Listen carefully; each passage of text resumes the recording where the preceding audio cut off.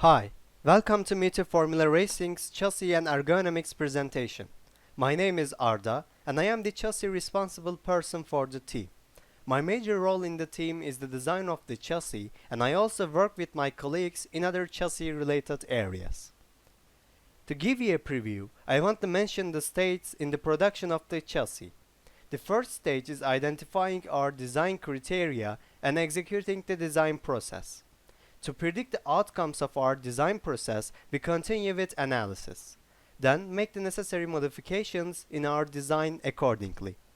When we are satisfied with design and analysis results, we start to conduct manufacturing phase. Lastly, after manufacturing, we do tests to learn what we obtain in the end and to see the accuracy of our analysis. Let's start with design criteria and process. There are four major design criteria, namely driver safety and ergonomics, suspension design, position of engine and other powertrain components, and weight. First, I want to state that we work with suspension and powertrain teams collaboratively for second and third criteria, whereas we conduct the work for first and fourth criteria mostly ourselves. While suspension and powertrain teams were working on initial designs, chassis team worked on the cockpit design by taking driver safety and ergonomics into consideration. At this stage, we worked on front of the main hub by considering a rough front suspension kinematics. By modeling our drivers and the Percy and designing the cockpit accordingly, we wanted to guarantee the conditions given by the rules for the positions of drivers and the Percy. After some tinkering, we decided on a reclined driving position considering the rules and ergonomics. For driver harness, we decided on a 6-point system having FIA specification. For head restraint and roll bar paddings, after choosing the materials that meet the specifications stated in the rules, we tried to ensure the largest surface area suitable to our design. Also, we use a Formula SAE standard impact attenuator. We can expand suspension design criteria for chassis in two titles, pickup points and torsional stiffness. After suspension team made some progress and reached a more definite design, chassis design evolved according to pickup points, and suspension team also made some changes in their design considering chassis. So, this was an iterative process between two teams which takes the effects on both teams' designs into account. We discussed on topics such as the position of the pickup points, respect to chassis nodes, and its effect on dynamic impacts, the effect of pickup points location on cockpit size, and so on. For torsional stiffness, suspension team deduced that about 1800 Nm per degree of chassis torsional stiffness would be appropriate for their suspension design. By meeting triangulation requirements set by the rules and using engineering intuition in design process, we reached a certain amount of stiffness.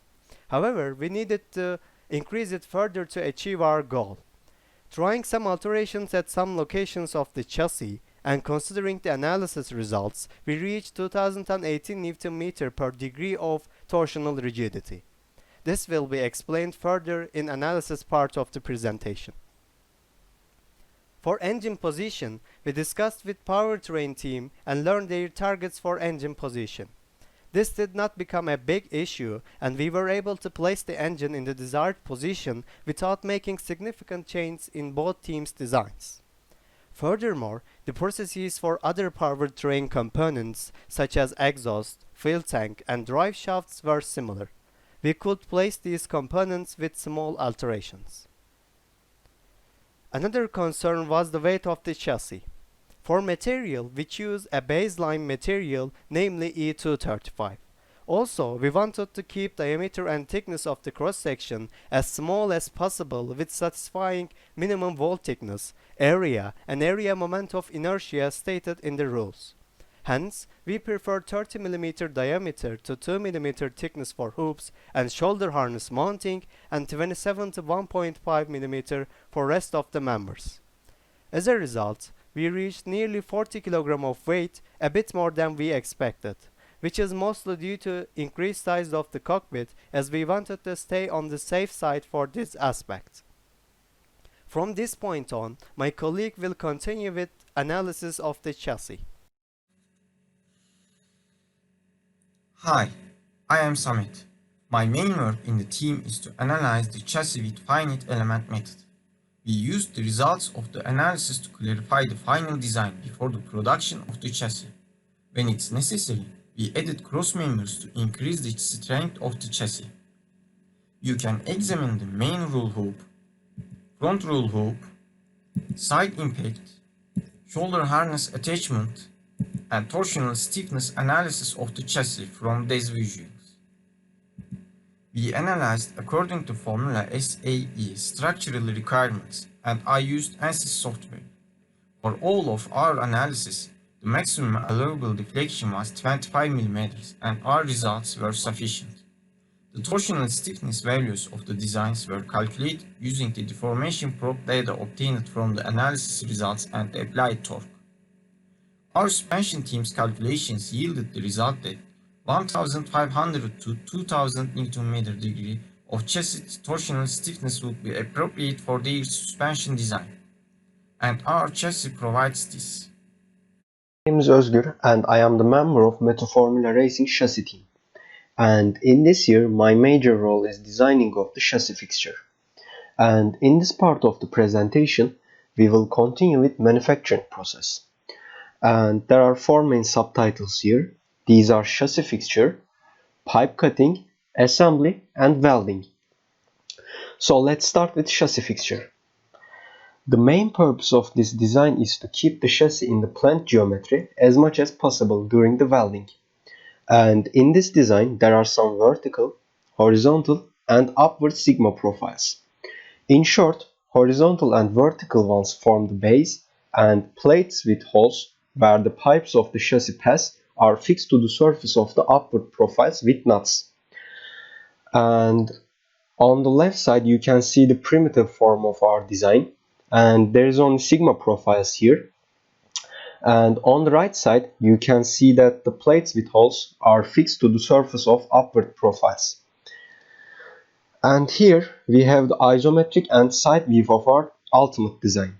And you can see that the pipes are passing through the holes on the plates. And after the designs of chassis and fixture are completed, we continued with cutting operations and dovetail cuts of pipes cut by CNC laser cutting. And from now on, my teammate will continue. Hello, my name is Utku and I will continue with the assembly and welding of our chassis. In the assembly process, sigma profiles were our reference. We cut the sigma profiles in appropriate lengths and assembled them based on our design. Then the plates, which were laser cut, were mounted on the sigma profiles, making sure that their positions were accurate by double checking each step. Up to this point, our fixture for the chassis assembly was completed. After this, it was all about placing the pipes in the correct holes on the plates and matching the ends of the pipes in correct angles and joints. Having the assembly completed, we then welded the pipes using gas tungsten arc welding, GTAW.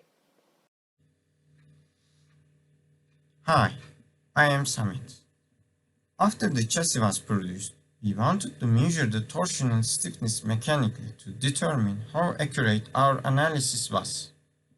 For this purpose, we aimed to create the same torque at the same point and use supports at the same points as we analyzed with ANSYS.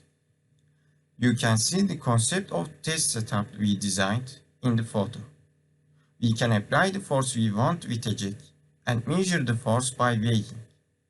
We will measure the angular change in the chassis by observing the points where the laser rays placed on the chassis reflect on the wall.